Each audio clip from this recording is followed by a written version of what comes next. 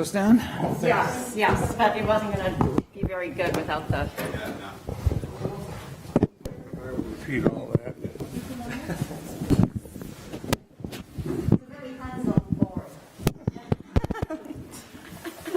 Right. All right, so I will repeat that. This is a call to order a select board workshop. The workshop is not a select board meeting, just to be clear. And I mentioned some of these things because I think this is Sophie and Matt's first workshop. It's a second because No, we we had the did one we had priorities. the one in the park. So I'll tell you again. And we had priorities as well. That's well. Okay, good. This is not. So Bob, Oh, very memorable. sorry, wrong answer. No, you gave me the right answer. Any event, just being to be clear, we don't make decisions in workshops. The purpose of the workshop is to, as a select board, to glean information on a specific topic, usually, that would usually most commonly take more time than we would want to do during a select board meeting. If there are any, there won't be any decisions made, therefore, today, or any motions made, we will be discussing. I need to learn English. The agenda as we have it, which is principally to have a summary of where the cleanup grant is going and schedule, et cetera. And the second item is a general discussion on the memo that Audra wrote, which is regarding the site reuse and redevelopment. Again, this will be an information gathering session. If anything does fall out of this, it will wind up on a select board meeting agenda for any potential action at that time. So with that, and our first item we have. Real quick, Yeah, of I course. want to make sure that, Go is ahead. that memo that Audra wrote, is that available? It's in the packet on, it's on the website. If anybody wanted to see, okay. Yeah, okay, I should mention that. The YouTube channel, of course, is the Town of Camden YouTube channel. This is being broadcast on for anybody that wants to link in electronically and monitor. It's being recorded. The agenda in the packet, which is principally the agenda and two items, which is a summary of the action plan or schedule for the redevelopment of this brownfield site. And the second item is a memo that has been drafted, which really summarizes where we've been to date in terms of the attempts to look at, evaluate site reuse and redevelopment. So those are available there if anybody wants to read those. So again, with that, we have with us today Steve Dyer. Steve has been the principal guiding light for us in terms of site redevelopment. I'm sorry, not site redevelopment, but site brownfield approach. And what we should start with, Steve, as we discussed earlier, is where we are and where we're going and what the schedule for same is. Okay. I am. Oh, excuse me 1 second, Steve. I also want to mention that this meeting has a hard stop at 1:30. Many of the select board members. Not 1:30. 2:30. Let's see, I can't even read. We'll be real quick. 2:30 because we have a hard stop for a number of us on the board. Please. Well, I'm going to take my mask off because I don't. And I am. please keep vaccinated. the microphone somewhat Closer to you. I'll step up to it. Either way. That's good. So my name is Steve Dyer. I work with Ransom Consulting. We're the firm that Camden, selected to do the Apollo Tannery cleanup. We had been working on the site for 3 or 4 years prior to that through the McEd Brownfield program, and then started to work with Camden to help them get some funding, this cleanup grant in particular, to resolve some of the environmental issues that remained on the site after the previous cleanup that really focused on the bulk of the contamination. Steve, if I may ask of you to avoid acronyms, for those of us who don't know what they mean, they can be quite confusing. So if, just for clarity, if you could spell all the... Okay.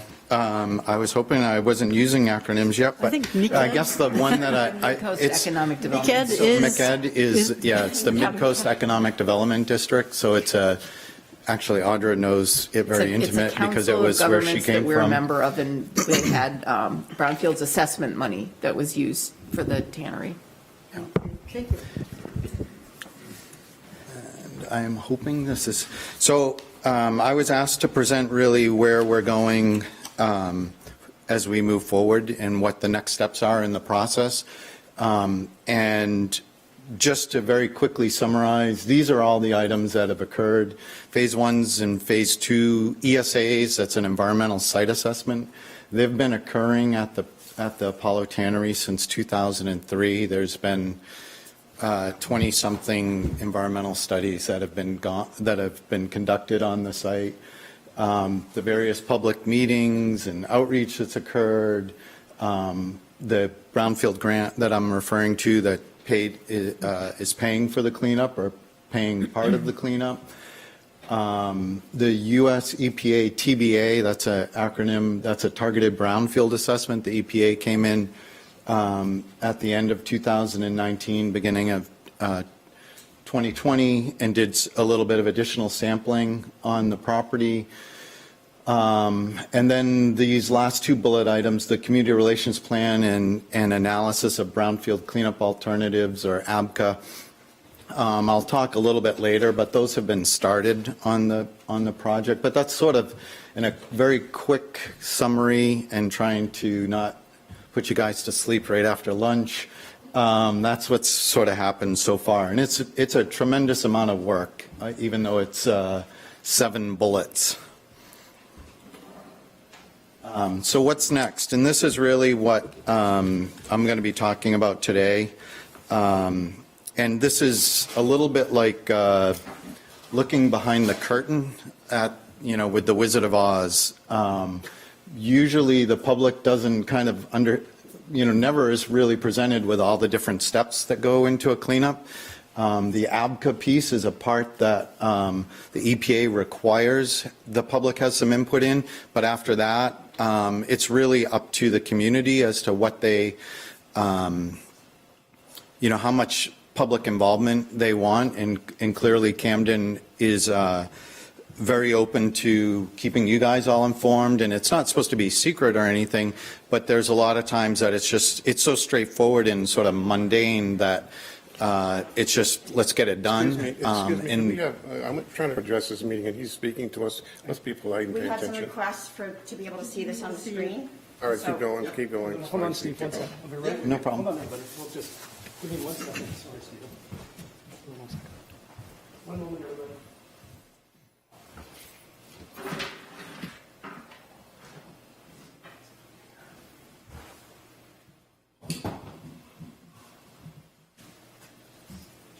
I think you're often the one that really doesn't. Luckily, we haven't have got to look any on of the this, meat and potatoes yet.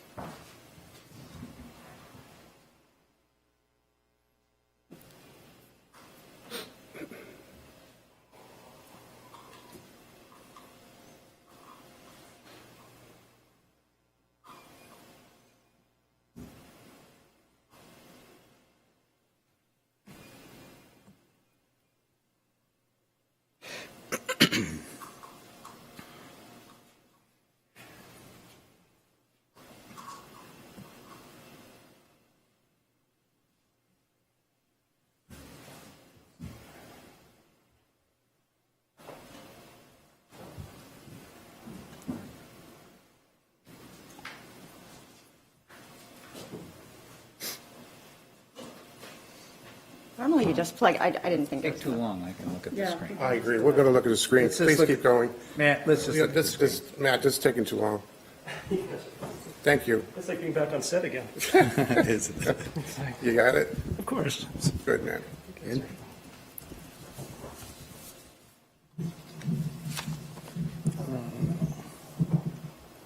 There we go. Okay. All right, go ahead, Steve. All right. So this slide is just really what I'm planning to cover today, and it's the different steps that go into the cleanup grant process. The EPA established this process, and it's something that you have to follow if you're going to use their money. It mimics the main DEP's internal voluntary remedial action plan program, the VRAP. it follows their process as well, so you kind of meet both items by following this process. But basically, I'm going to talk, I have a slide for each of the bullet items, but what it entails with the analysis of brownfield cleanup alternatives, the ABCA, the public outreach component, developing the cleanup design and the bidding docs, completing the remediation, and then the closure reporting that's required. So the first is the analysis of brownfield cleanup alternatives, and that's definitely one of those acronyms, Sophie, that we like to throw around all the time, like ABCA. I like you almost never say the full phrase. But this is an EPA developed process that's very strict. There's guidance on it. There isn't too much deviation that goes on in here. This document has been started, but then it got paused when the town issued the RFP for developers. And it helps the consultant and the town select the most appropriate action. It's basically coming up with various alternatives for cleanup and evaluating those against EPA established criteria. These are the same criteria that if you were doing a Superfund cleanup, you follow those, the same evaluation process. If it's a brownfield cleanup, it's the same evaluation. Obviously, you look at them differently, but it's the same general criteria. Those criteria are, and this is really why I have the notes, is because I'd never remember them if I was quizzed on them, but it's the overall protection of human health and the environment is the first one. The technical practicality of the alternative you're going to go forward with, and that's like, can you even do it? That's as basic a question of it. The ability to implement, I'll tell you, I'll kind of cut to the chase, like, not so anyone leaves or anything, but the alternative that's going to be used on the Apollo Tannery is something that's done literally every day of the year in the state of Maine for cleanups. So the ability to implement, it's like check, check, check, check, check. It's a very simple type of cleanup. The reduction of toxicity and volume of the contaminant, short-term effectiveness, does it put people at risk while it's being done, but then, that risk goes away later, resiliency to climate change, and then the cost. So I mentioned the cost, and that part of the ABCA is to develop a conceptual cost estimate. The goal is not to give you a budget as a community or a client that you go, oh, this is exactly what it's going to cost. It's a cost to help you select the right alternative. So everything is sort of relative to each other. When we do these documents, everyone looks at that number and that number becomes gospel. And it's not meant that way. It's not defined that way by the EPA, but in it, it just happens that way. But that will be part of the document.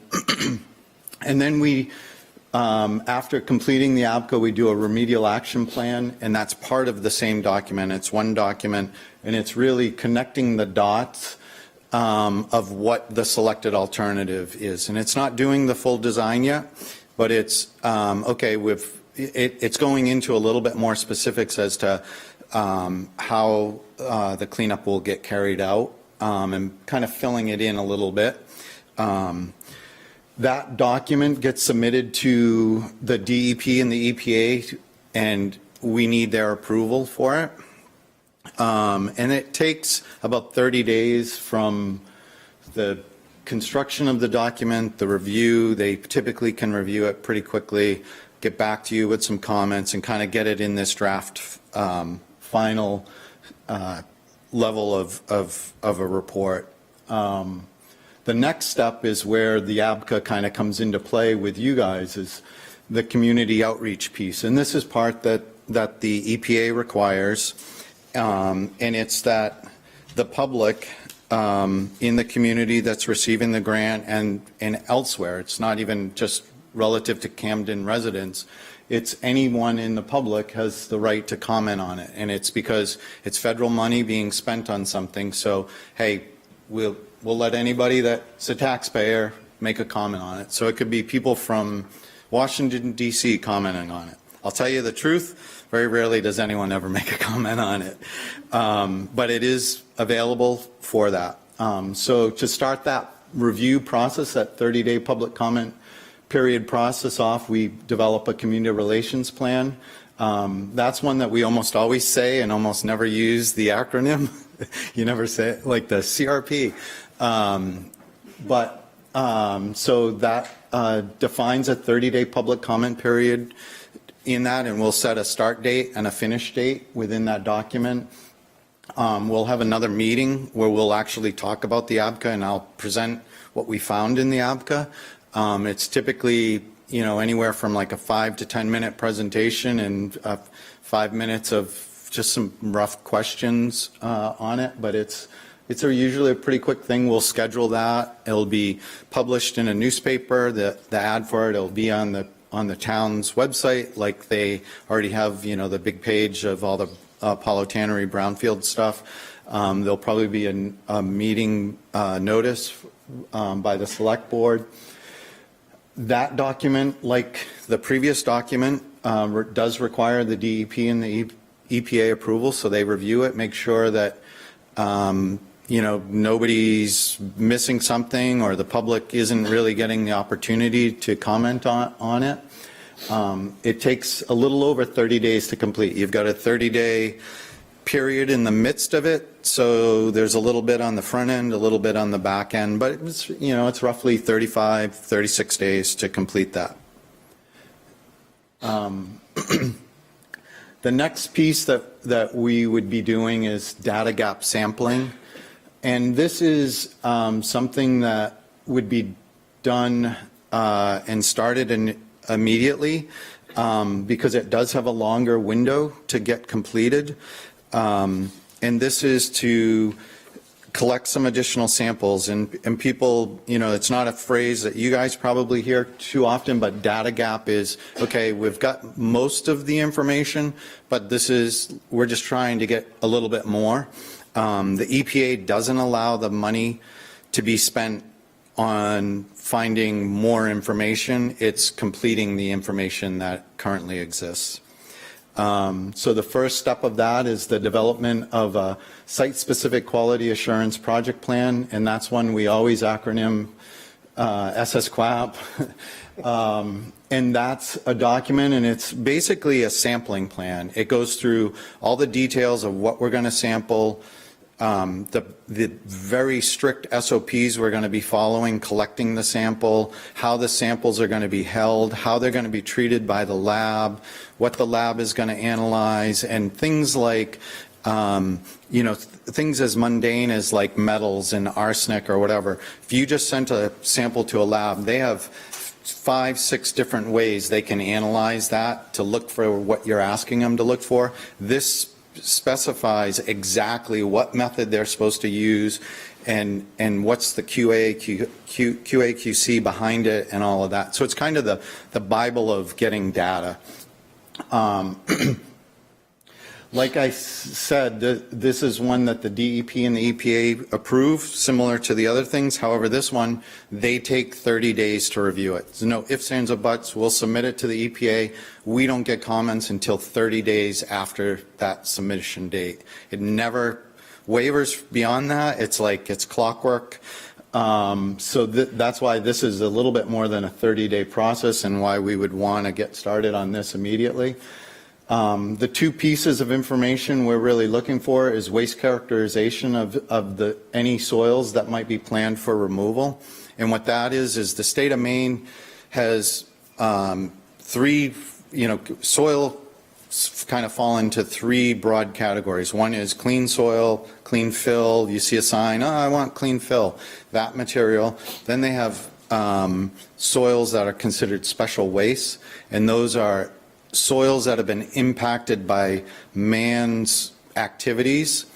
So it's soils that can have exceedances of certain contaminants, but it's not native, it's not natural material that anybody can use any way they want, and then hazardous waste soils. And that's where the levels get to a certain point and they have to be handled in a very appropriate way. There's no place in the state of Maine that handles hazardous waste soils, so it gets shipped either to Canada or to the Midwest.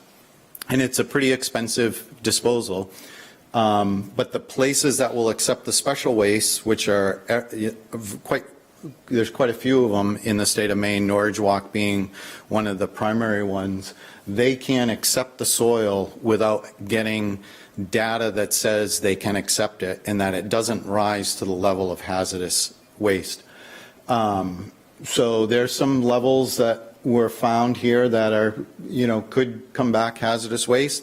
They may come back special waste. That's really what we'd be looking for there. Where is that primarily? There's like 3 or 4 different spots. I don't have a site figure. How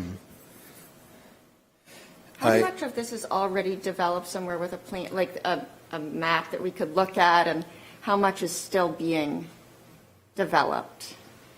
Like, how much are you collecting input still at this point on what to do? So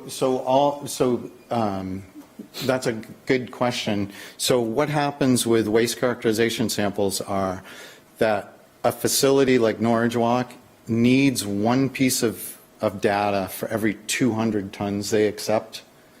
So what we do is we will guesstimate and say, let's collect 2 samples. Okay, that will allow the bidders, which is the next step. We're kind of getting way ahead of My ourselves. question is just like basically where is the soil that might be, when we started all this, we weren't going to be removing soil. Is that near the riverbank, or are you talking about It's up near the walk, not the riverbank, but the walk, the riverbank and the, You're talking about the pathway. the pathway. pretty close to the riverbank? Right. Please. Okay. I don't really, like on the other side, on the river side of the pathway, or on the other side of the pathway? It's near the pathway. I'm not sure. There's, I think, 1 on one side of the pathway and 2 on the other side. I think that's right. But to be quite honest, we have not pulled together the SSQAP. So, like, we do that in conjunction with the DEP and the EPA. So it's almost like designing the cleanup before it's been designed. Like, you're asking me questions that I haven't sat down with the geologists and the hydrogeologists and the chemists to look at. I'm just trying to figure out when the right time is to be able to ask, like, which part of this process is going to be guided by community input versus which part is just like, you guys know what you're doing and that's. Okay, well, the community relations plan is really the document that defines what parts are, which is my previous slide. And All right, I don't know if I can go back. I just basically wanted to know whether this was from the new sampling that was done, or whether this is soil that you plan to remove all along, I guess. Is it? This we is just soil did- that was identified in, well, partially this is soil that was identified in the TBA. Okay. Is that what in you're the asking? most recent. That's TBA the was targeted brownfield assessment. So that's the end of 2019, beginning of 2020 soil. Okay. Keep going, Steve, please. And then the other component that we would want to do is just, we collected broad samples, and since there is, there's been a lot that's transpired, it would be doing some additional delineations, really screening more than sampling, but it still needs to be defined in the SSQAP, and that's to kind of understand impacts between the samples, because right now might be a sample that came back with a higher arsenic level, and then a lower arsenic level, and then a higher arsenic level, and just to try to help understand where cover systems need to go and where they don't. And that would be the delineation. Like I said, this is about 60 days to complete because of that 30-day review period in the middle of it. And again, the specific questions Allison just asked, we have not started this even remotely. So We just haven't put the thought to it because we follow the EPA's process, and that's not at this step yet. Similarly, No idea where the soil needs to be removed? well, I know where we're going to sample, but you were asking me the Yes. very specifics on it. The cleanup design documents, just to caveat that, we never do cleanup design documents before the ABCA has been prepared and reviewed and signed off by both the DEP and the EPA. So most of these slides are kind of best guesstimates as to, what we're going to be doing, but they may trigger questions similarly, and I'll do my best to answer them, but they have not been started yet. We are still kind of stuck on those first two slides that I talked about. This, in the cleanup design documents, is the preparation of plans and specifications. It's, the actual bidding documents, the specifications is a 3-inch thick set of paper. It's, a ream and a half thick. It's got a lot of legal language in it that the EPA requires, that they establish that they need to make sure are included in any solicitation where federal funds are going to be used. And so these documents meet all of their requirements. Their broad term for everything is an open and fair competition. That means, in essence, it's a publicly bid project. It's not one that you can kind of award to your uncle because he can do this type of work. This is something that will be public and bid on by a number of firms in the state of Maine that do the work. There's a couple firms outside of the state of Maine that probably will bid on it as well. Things that are necessary are like the Davis-Bacon wage rates, the federal minimum rates or wages that the folks that are working on this project will need to follow. So like a backhoe operator on this job will get paid a little bit more than a backhoe operator digging someone's foundation. There's requirements on like signage, no lobbying certification, like the firm that's bidding on it can't be, a identified lobbyist, and WB and MB, and that's women-owned business enterprises, minority-owned business enterprises have goals in the program, so a lot of that's all in there. The EPA typically likes to see a 30-day bidding window for it to be open and fair in their eyes. They do allow a little bit of flexibility there. So we'll see once we get to that step, but that's a couple months away from when we would start those negotiations with them. And generally, these design documents allow Camden to select the lowest cost, qualified contractor on the project. The anticipated remediation, and again, we have not done the ABCA or even more specifically the design, but I think moving forward, this is probably a very likely scenario would be engineered cover system in certain areas and then some targeted soil removal in a couple other areas. That remains obviously to be seen and confirmed by the previous steps. But basically, that's going to be the gist of it. There'll be stormwater management provisions that the contractor has to do so that no contaminants wash into the river, dust control so that no contaminants impact neighboring properties.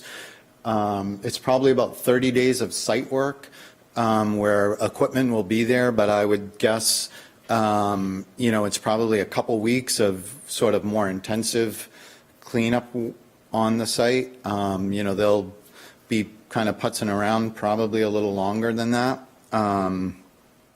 Like I said, if that's the selected remediation, it's a very typical type cleanup. We have, I guess we have 5 of these sites that are doing the same 2 things going on with EPA funding right now in the state of Maine. So it's, and we're just one firm of many firms that do this. So it's a very, it's a standard thing. It's nothing, like an oxidation injection or anything like that. It's a pretty standard technology here. And then this, I'm getting to the final slide. So the final step is the site/grant closure. And at the end of the day, that's really what is the goal of the program, is to get it closed and then obviously get it redeveloped after that. So we'll pull together a closure report that will get submitted to the DEP and the EPA again. Sorry. They review it, comment on it, sign off on it.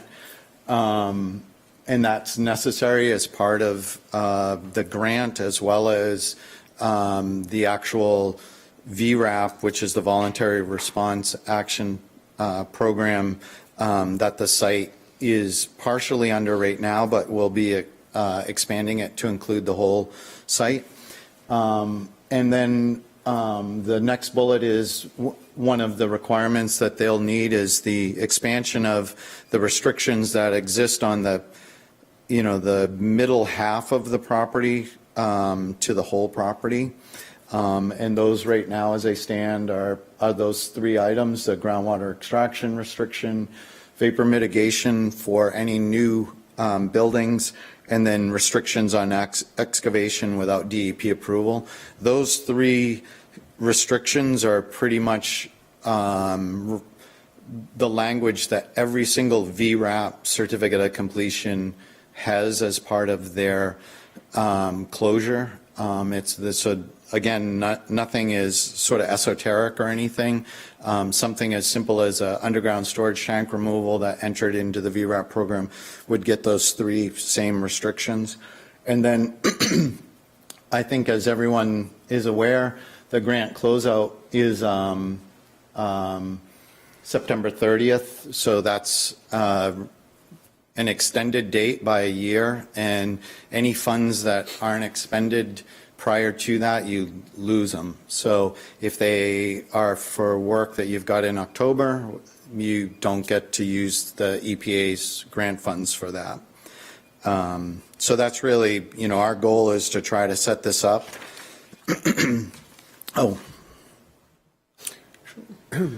So I do have this figure, Allison. I don't know if that helps you. Yeah, yeah, that would be.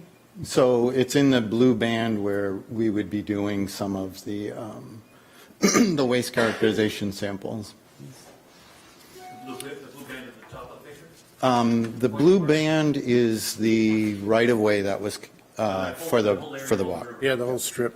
The whole strip. So that's the strip that's, Steve, in essence, it will remain in Camden's control, I think, even regardless of what Right.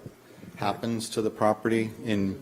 Steve, can you comment on, you mentioned this presentation, a view from 30,000 feet, 30 days, preparation materials, you haven't started yet, it takes a time period. Yep. 30 days to do this, 30 days for, how does that duration feel, given that we're almost in January? Well, it's a very tight Thank you. time. This is Thank you. a very rough schedule that Jeremy and I kind of worked up. And basically, a lot of those items had 30-day time periods associated with them. A couple were 60 days. This is sort of a best case scenario where if everything kind of flows into, without any hiccups, we're getting the closure reporting to the DEP on August 1st, the beginning of August. It will take a little bit of time once that gets submitted to them to digest it and to get those legal deed restrictions and all of that. So all of that kind of can technically occur after the grant expiration, but you probably would like to get that in place prior to that. So it's not a ton of wiggle room here. You've got, what's that? I have one question. The last bunch of years, it's been really hard to find contractors to do different work. Yeah. how easy is it going to be to find a contractor to do work under this schedule? Well, I would say this fall, we had, like I said, we have a number of these very similar projects, and we got great response. We got really aggressive pricing. A lot of folks were trying to fill out the end of their summer. 2022, I'm not 100% sure. So I can't, I can't really make a guess on that. We were very successful in that. I will say that in 2 or 3 of the projects we're working on, one was, it's a lagoon process. It's an old lagoon that's being removed. And so obviously if you can picture a lagoon, it's kind of like a bowl shape. And the rain that we've had this late summer and fall has delayed everything by about 4 or 5 months. Just because of how intense the rains have been and setting them back to day one. So something like this where you've got 2 months of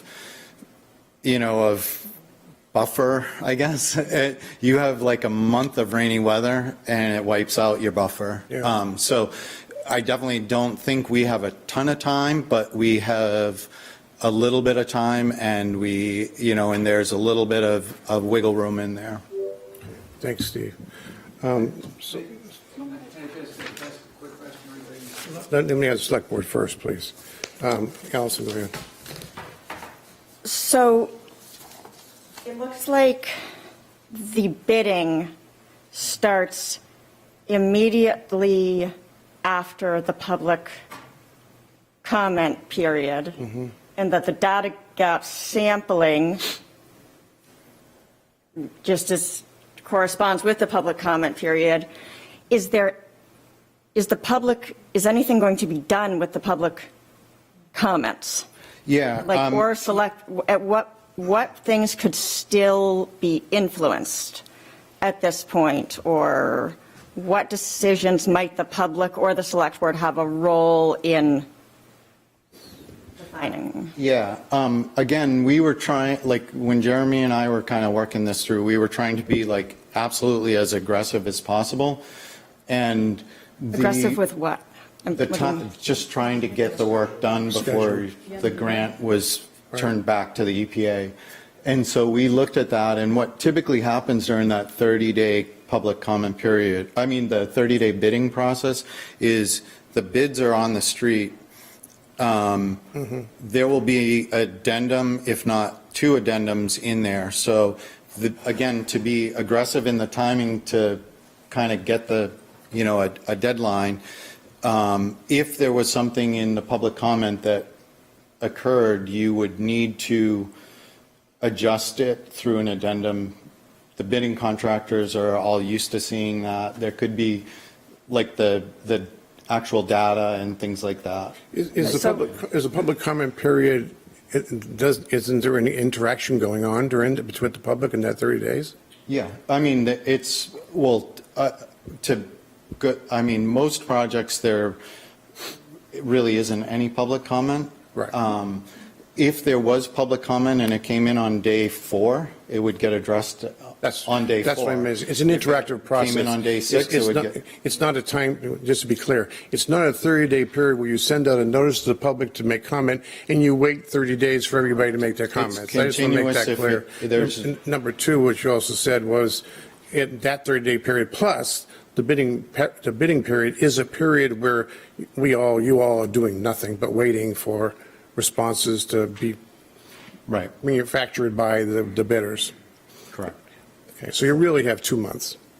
And it can, again, we have all of 2 months. So if that, as things occur, that may not, the bidding could be, and there's by no stretch of the imagination am I saying March 15th, bidding is going to start. Like this is rough schedule. That could be, March 28th when it actually hits the street. In fact, there's just as much likelihood of that. So if something comes in the public comment that requires, Getting closer. that something needs to be addressed. Steve, I think Allison's question was, I'm hearing, is going more. So it's a little bit more simple. So let me give you an example.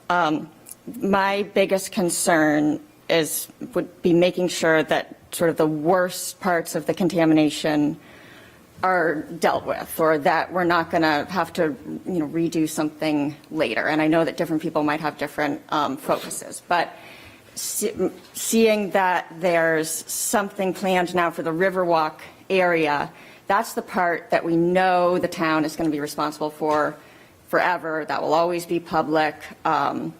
And if, we also have the side of the river, which we found a lot of stuff that looked really concerning to me. And I think to everyone, what was said in Audra's memo, or I don't know who exactly wrote the memo, but was that, there are really, really high levels of lead in a couple places, that the riverbank was addressing any of that with this money was just going to be too much. Like there's the dealing with that issue would be too expensive to expect to make a meaningful impact on it with this money. I don't think that's what it says.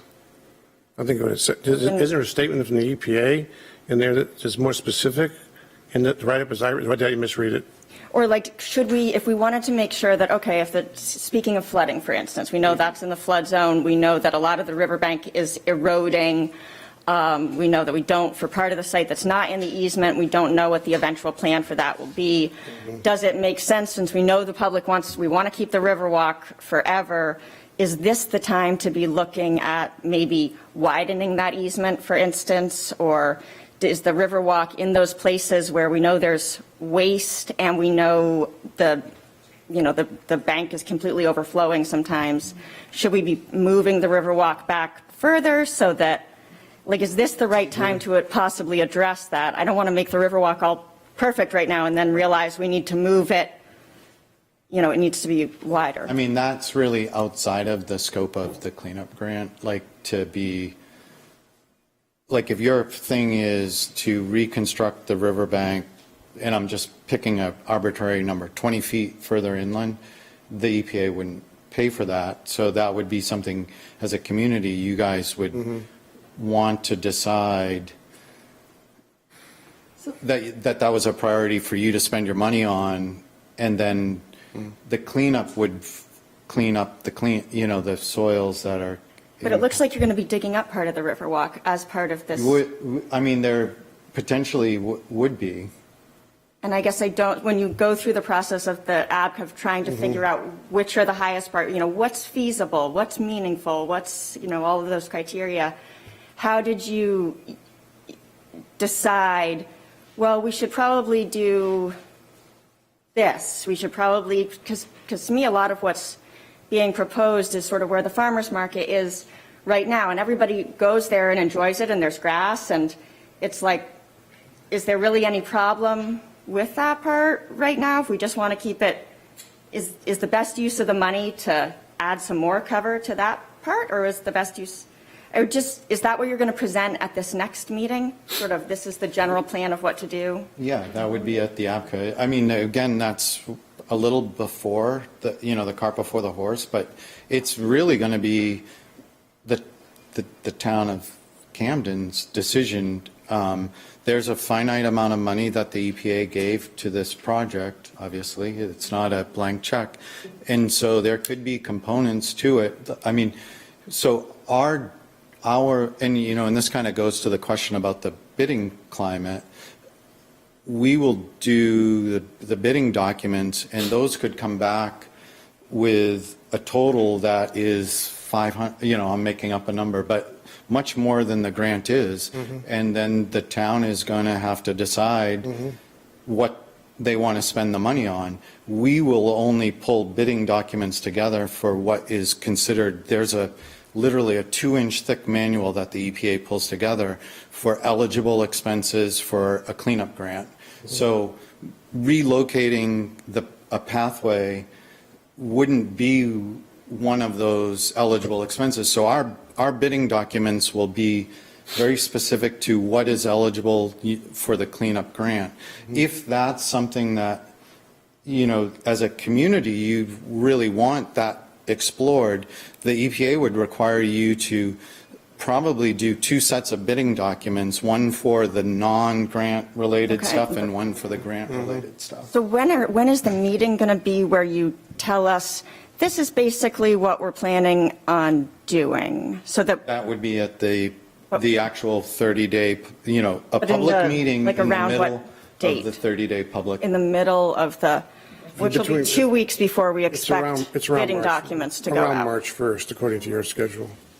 So it seems like most things will have been decided by then. I guess it feels like a lot of the time you come to a meeting and everything's already been decided, and I'm not alleging that, but it Mm-hmm. feels like that in general a lot.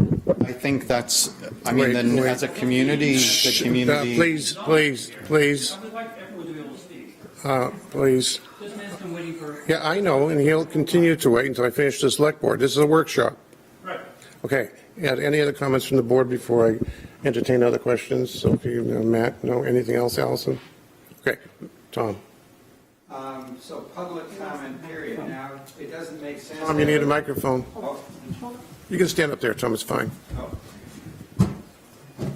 My question is, how does it make sense to have a public comment period prior to knowing about the sampling, knowing about the bidding? Because as you just stated, Steve, the town's going to have to make decisions based on the bids of what can actually happen. And that's for sure something we are all interested in participating in. And I'd just like to add, in the actual grant application, not only was there a community engagement plan, but there was a paragraph, quite a big paragraph, about a cleanup task force that was going to include members of the community as part of that task force. And that task force had its own meetings. I believe you were involved, and Audra was involved in writing that document. That was presented at a public hearing that we all approved.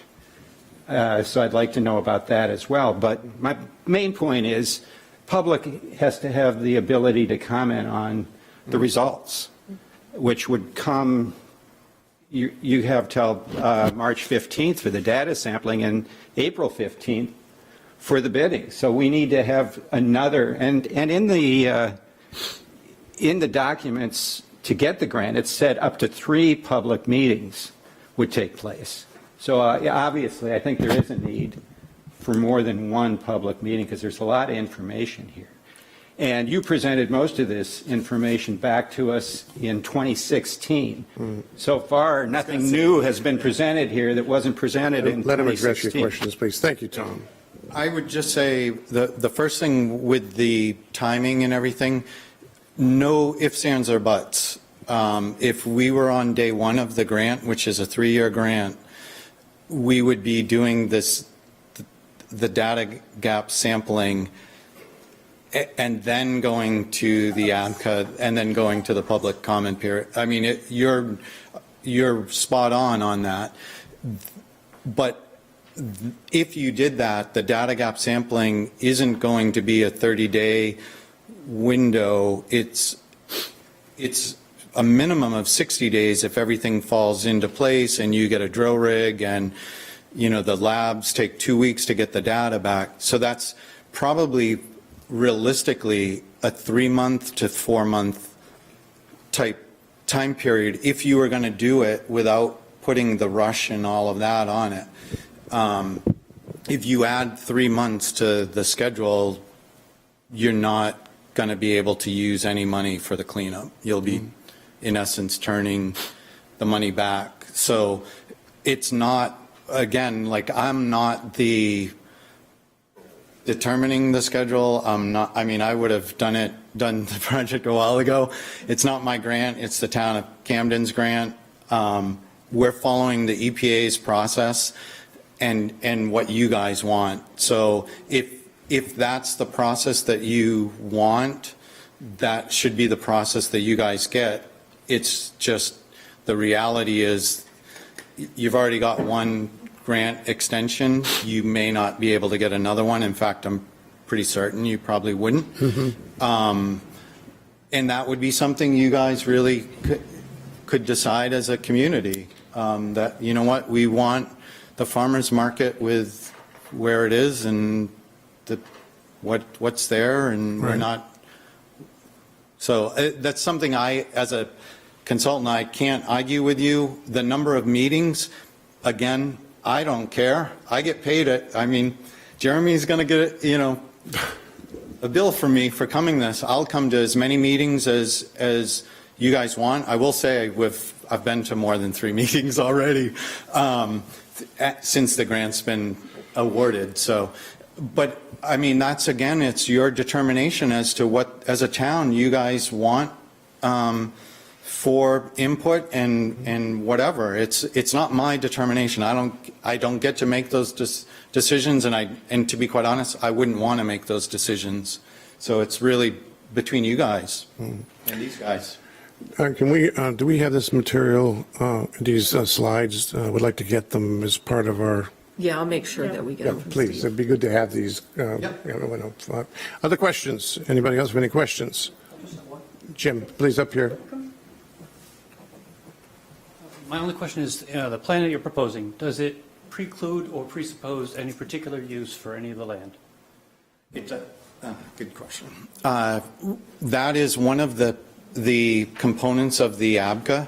Is there's a whole future reuse component that has not been completed, but how I would anticipate it would be moving forward with a mixed use scenario, which would be, the park user. There's different defined risk categories that the state of Maine has developed, and it's a park user, it's residential, it's commercial, and then construction worker. We would view all of those different cleanup criteria as we were developing it. Typically, the residential is the most stringent of them, and a lot of folks will just say, I want no restrictions on the future use of the property, so let's just go to residential. And I think that's how we anticipate it, but that's still something that would come out in the ABCA. All right. Thank you, Steve. Mr. Gold. I'd just like to say that I've been going to these meetings for years, literally years, and basically hearing a lot of the same stuff.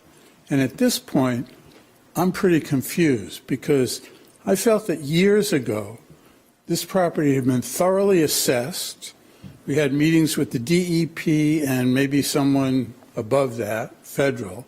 One of the discussions was that we could cover this property. I remember the DEP guy saying a lot of what's on this land beyond the serious stuff that had already been VRAP, you're going to find in any backyard in Camden. And now it feels like with data gap sampling, et cetera, I feel like we're starting over again. Okay. And one of my questions is, as far as I know right now, we've spent at least $45,000 of this grant on engineering. When I look at all these steps and all these programs, I can't imagine that's not going to end up at $100,000. Will there even be enough money left to cover it? Mm-hmm. Okay? And if there is, what I'd like to hear, and I don't know when this actual design is going to happen, are we covering the area currently used for parking? Are we covering the slab? Yeah, that'll all become with design from what Steve said. I get it. Thank you, Steve. Good questions all. Again, we are. It's like an expression of frustration. Understand. But I'd love to know the money. I would just say the money. One thing to the contaminant that he referred to in the parking lot, I was at that meeting, was this contaminant called benzoate-pyrene. And it's a carcinogen, Class A carcinogen. It's got a very low standard. What happened is since that meeting, 2018, the state of Maine revised all of their regulations and guidelines around it. So it's no longer even part of what we're focused on. So it's sort of like it's a weird wrinkle where, technically it was a concern at that point, and now the levels haven't changed, but the science behind that level has changed. Yep, Meaning thank you. it's no longer a concern? It's no Or longer, Bigger concern? it's less of a concern. The cleanup standard is higher on that. Similarly, lead was at levels that triggered some additional areas in the original assessment, but again, the toxicologist and all of the scientists behind it have changed some of those around a little bit too. So it's kind of, because this process has taken as long as you've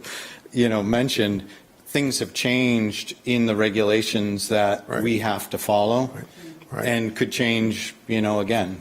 It does. Thank you. Thank you very much, Steve. Now, we're going to have to, I know, I saw Eleanor's, and now take one more, Eleanor, then we have to go on to the next item, because we only have 35 minutes left. I think I have to agree with Steve about the length of time this has taken. And I think it's pretty specific in the actual grant. I think Audra can say exactly what it says about what the purpose, what it's the money's supposed to be used for. And I don't think the river was mentioned in there. I don't believe it is I think it was either. the farmer's market and the park, and we had a plan for years ago, and I don't know how it got so segued into something Eleanor, it's that completely in different. the packet, you'll notice there's a very specific statement that addresses exactly what you just said. Right, so I just wanted to express that to Thank you. everybody. Thank you, I Eleanor. hope it moves ahead. Thank you, Eleanor. Thank you. Thank you. And thank you, Steve. Thank you all for the questions. We're going to move on to our next item on the agenda, which is, let's just get the wording correctly, excuse me, regarding the potential discussion about to the memo that you wrote, Audra. And a lot of that was to give some feedback to our especially our newer select board members as to what actually occurred in the most recent past and discuss. I guess before Steve Yeah. takes off, Yeah. does the select board have any other questions? Because it's a really compressed time frame, and I just want to make sure, we've got to get going on. Thought I asked the board that question. They all said no.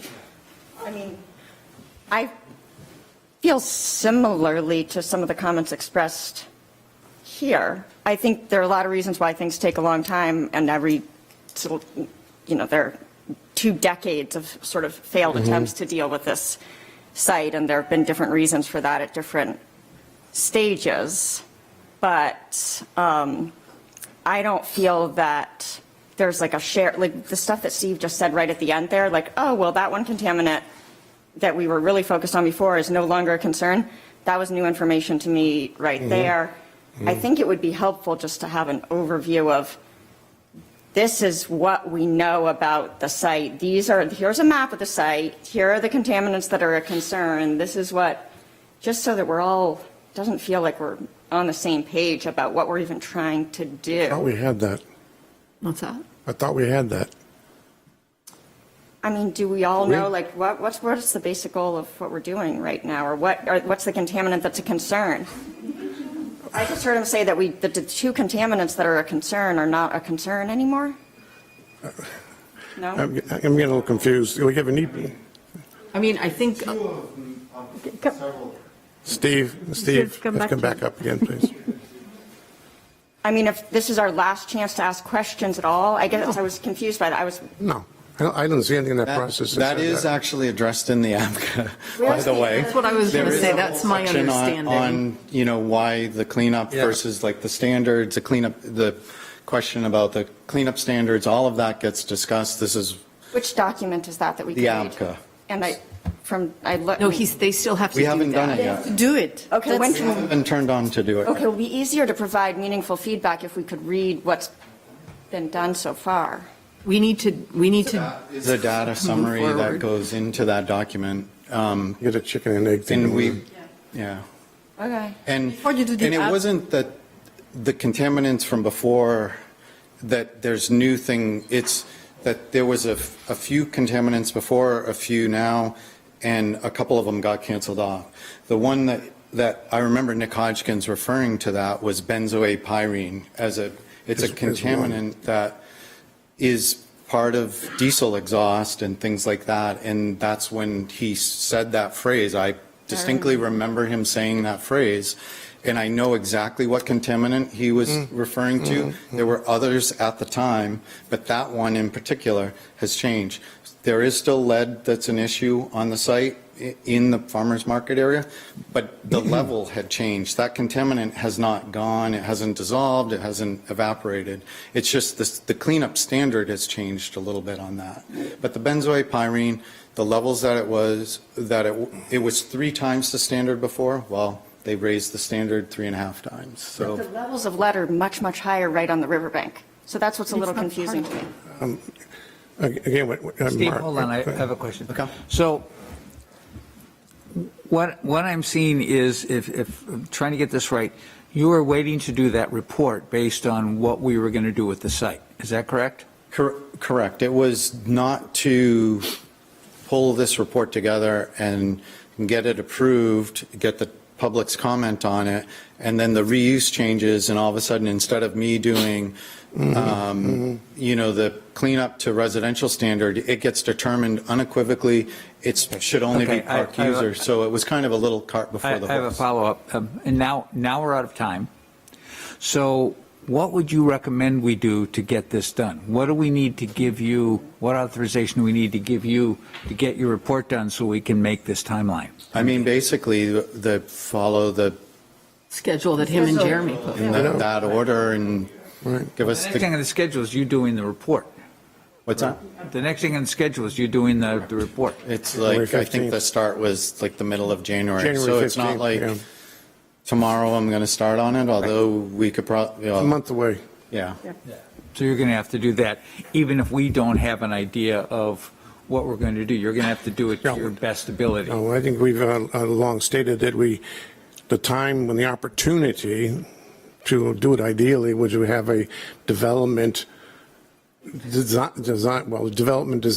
defined. Correct. In prior to the APCA would have been a more effective process. That time is over. Yeah, we lost our chance to coordinate We've missed those that two window, things. and unfortunately, we've missed that window for lots of good reasons and bad reasons.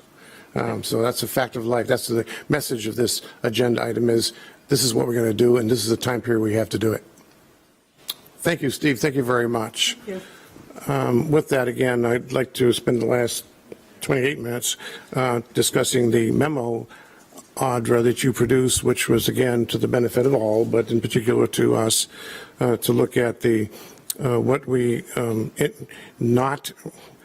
this is no longer restricted to the cleanup as we tried to do before. That's kind of unfortunate, but it is what it is. And you mentioned the process we've been through, and really the discussion here is the process going forward. Yeah, and I guess I want to know if the select board has any questions. Really, it was just sort of laying the background for those of you who weren't involved, just to know, and this isn't even going into what happened before, some of us were involved. This is very recent. So kind of laying that out. Summarize it. Maybe you could summarize the document real quick here for everybody. Yeah, so it's just an overview for the benefit of those who might not have been involved in the RFP process that happened in 2020. The proposals that we received and where the applicants stand in terms of their continued interest in the project. And also just a recommendation on, kind of moving forward, not specific to the use of the site, but more along the lines of process. And I think that what we've all learned, and I think that this is a 20-year lesson in the making, is there's never going to be a perfect proposal that makes everybody happy. There just isn't. There's too much, visioning that's been done and aspirations about the site and what it should be, what it could be. You're just not going to get a perfect proposal that satisfies everyone. It is not possible. So you just need to sort of make the best decisions with what you've received. And I think the continuing, going out, getting new stuff, more RFPs, is actually muddying the waters and making everything worse. So my recommendation would be that you stop doing that and you just kind of assess what do you have and what are your options for moving forward based on what you have. Good recommendation.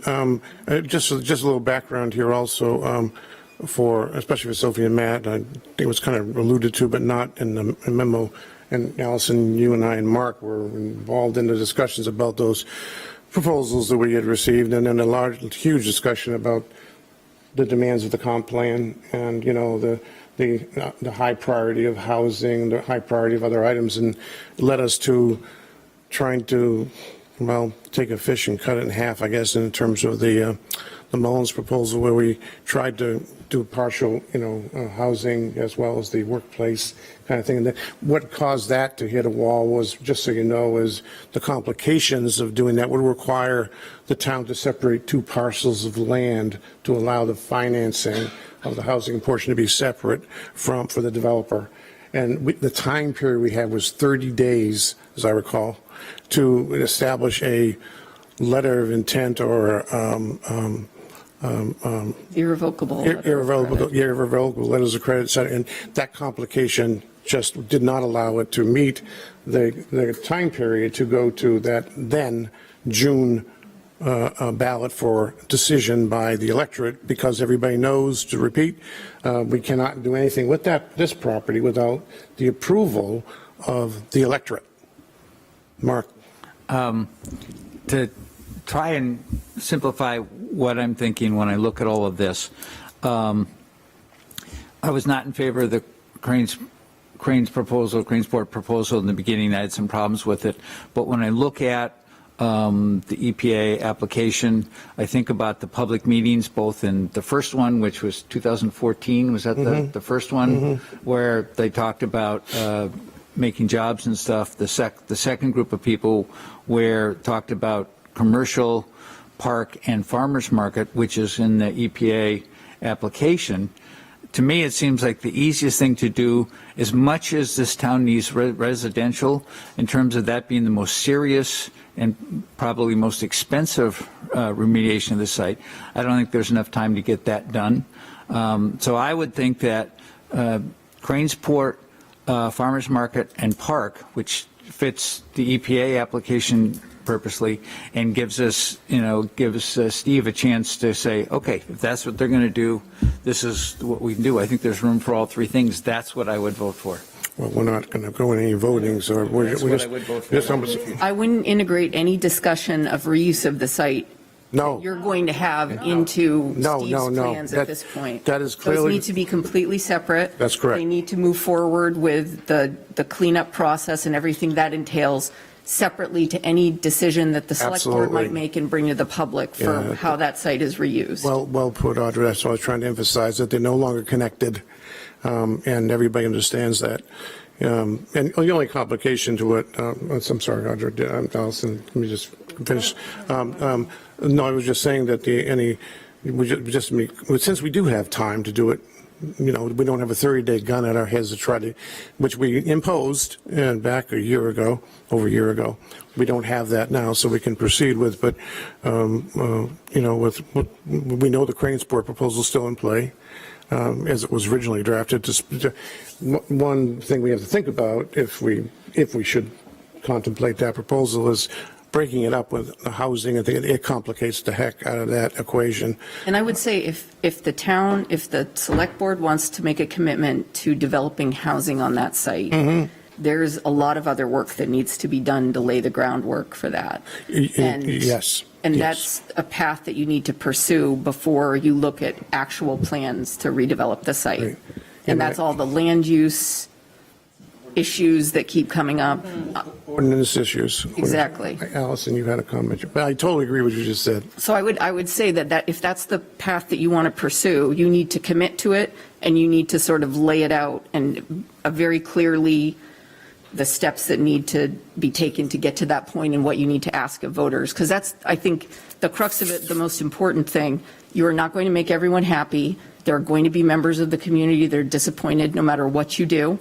So you just have to be very clear about what the choice is, what the implications of that choice are when it's laid out before voters to make the ultimate decision.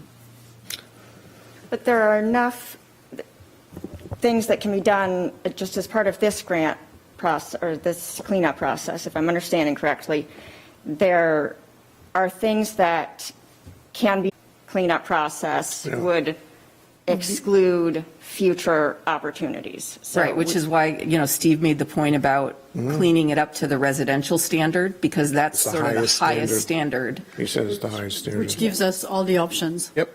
Right, but there's not enough, obviously not enough money to do that for the whole Nope. site. So we knew with any of these things, there was going to have to be just the couple $100,000 that we have from the EPA is not going to solve every single No. problem with a No. site. Any future developer or park, it's all going to need additional funding to meet that requirement. So we might as, No. I mean- Well, as we don't there's not have. enough money to do everything. I for- doubt it. I doubt it. To do, when you say everything, that's a catch-all, but yeah, there's going to be a real challenge with whatever the total that the current grant is to be enough to cover the whole, the EPA monies is only, as we know, as stated here, can only be used for a certain part of that site.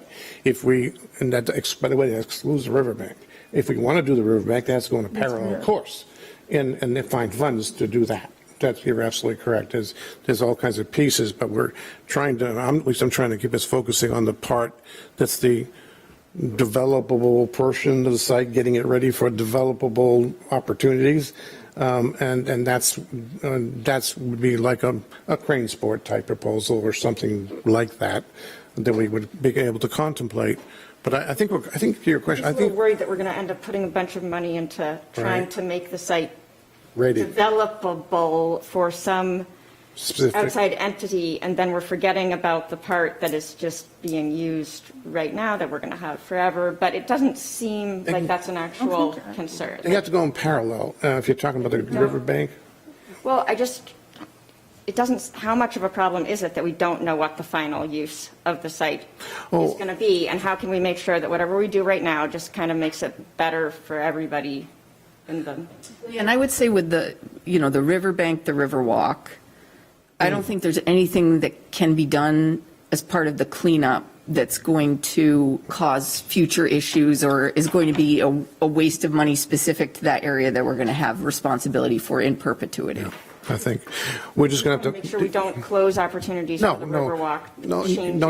You're absolutely right. We shouldn't do that. I don't think we will. I don't see us doing that. It's just it has to go on a parallel track. We're going to we're going to remove soil and then we're going to pour concrete in the hole. I just don't know what the. It'd be a parallel track to figure out what we would do with that piece that we're concerned about and how much it would cost and where the funds come from. Yeah. They're all part of that. Because we may have to face a funds thing anyway for the rest of the for the EPA. I'll call it the EPA portion of that site. There are Right. lots of other funding opportunities. It is, available. but the bottom line is I've seen enough of these. I don't believe anything that I've heard from Steve precludes any of the arena of developments that we may consider potentially for that site. We're not precluding any of that. It's not going to mean that we can't put house if we cover this site now with. There will be restrictions for anybody to put a foundation on that site. It'll be per Sarah, Jeremy, come on up. There will be restrictions they have to follow, and the purchaser of that site will have to be cognizant of that. Jeremy. Right, I think that's the important piece. I mean, the intent is to cap the site to meet the park user standard, right? And then or residential standard, sorry, should we end up deciding that we're going to go with either housing or a park or commercial development, whatever entity is going to make that development is going to have to invest in changing the cleanup that we did, right? If someone wants to put a foundation in for a house or a slab or a foundation for a park structure, those need to be amended. Our cleanup needs to be amended. Hopefully, another entity will then have the property, and then they will be responsible for doing that. Exactly. Otherwise, we're tied to this forever.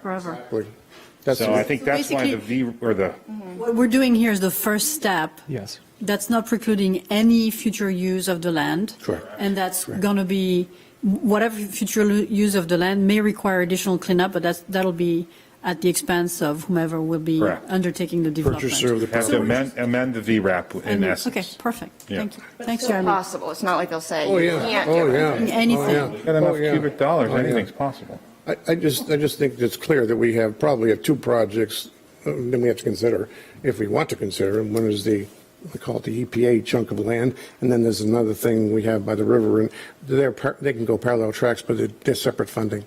It's absolutely separate funding, and we can figure out how we can handle the riverbank down the road. I mean, that's not going Because I think on. we're looking at a funding issue no matter what. My guess is that this grant is not going to cover the costs of this EPA chunk of land that they've identified, and we're And going to there have was to a come up with comment funds about for the that anyway. parking and the slab. The slab and the paved areas can be considered existing cap as Understood. it is. Isn't that So- part of the VRAP? What's that? Isn't that part of the VRAP? I'm not sure that area was I'm sorry. entirely included Sorry, in too the technical. VRAP, Forget that question. but slabs and parking and pavement can be part of of the cap. So, go ahead, Tom. You want to ask, Tom, you're going to have to come up. Tom, you're going to have to come up here. Unfortunately, because we're on live, Tom, they really, It's interesting that Jeremy mentioned the parking area as part of the VRAP because that's a cover. The other big issue here that is staging keeps going on this construction staging, which adds dirt, dust, noise pollution, dust pollution, and in particular, destruction of the existing asphalt. I've been out there. I've got pictures. I sent them to Allison. During the last construction especially, more of the asphalt did come up. So not only does it not make sense while we're trying to get a cleanup to put more dirt and noise and annoyance to the neighborhood on that site. And I'm really asking, is that going to end now? You know, we can forget about the past, but are you going to keep defacing the site as we're trying to clean it up? And is that parking area a cover when the asphalt gets uncovered with construction? thank you, Tom. Thank you, Tom. Jeremy, you want to address that quickly? We only have a couple of minutes left, and we're running into, Quickly, I mean, the idea is to keep individuals' contact with the soil that is contaminated. I mean, it's to separate that so there's no contact, right? So it's not like we're actually having people being exposed to the vapors is not the problem. It's actual physical contact with the soil, the contaminated soil. understood. So that's what, yeah. All right, thank you very That's why capping some of the area with 12 or 16 or 18 inches of sort of landscape berm satisfies as a cap. It's not like we have to remove everything or put plastic over everything and make sure there's nothing leaving. It's about people's contact with that material. Thank you, Jeremy. Thank you very much. Nina, do you want? Sorry? The rest of Tom's question about Staging continue. I have no idea of any land Well, construction. we're going to continue to stage the wastewater treatment plant redevelopment on that site. Okay, all right. Is the EPA, I mean, is the DEP? It's not a contamination. The purpose of this meeting is not a discussion about the current use of the site, and I'm only worried about time, Tom, sorry. But Nina wanted to have a chance to ask a question.